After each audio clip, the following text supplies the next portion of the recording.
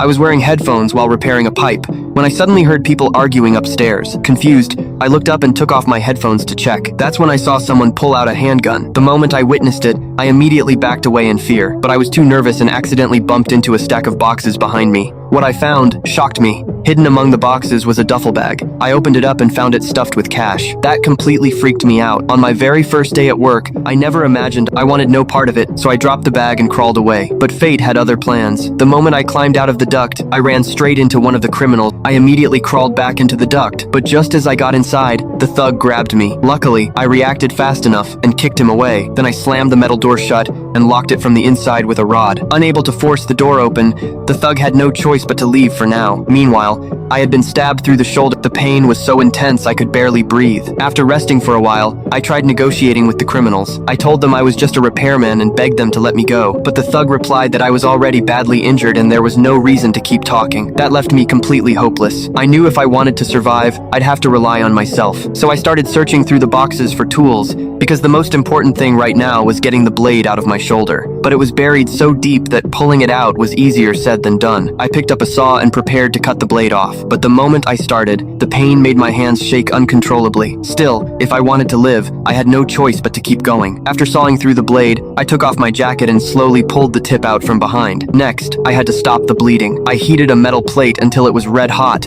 then pressed it hard against the wound. After all that, I finally managed to stay alive, but the next problem was figuring out how to escape. I pulled out my phone and checked it. There was obviously no signal. Meanwhile, the criminal started trying to talk to me, pretending he would let me leave, but in reality, he was only trying to figure out my location. The moment I answered him, he immediately fired toward the sound of my voice, forcing me to dive against the wall. At that moment, I finally realized he was determined to kill me. I couldn't help opening my phone and looking at a photo of my wife. All I wanted was to earn more money and give my wife and child a better life. But now I was trapped inside a duct by a criminal, with nowhere to go. The more I thought about it, the angrier I became, until I finally made up my mind. For my family, I would fight this bastard to the bitter end.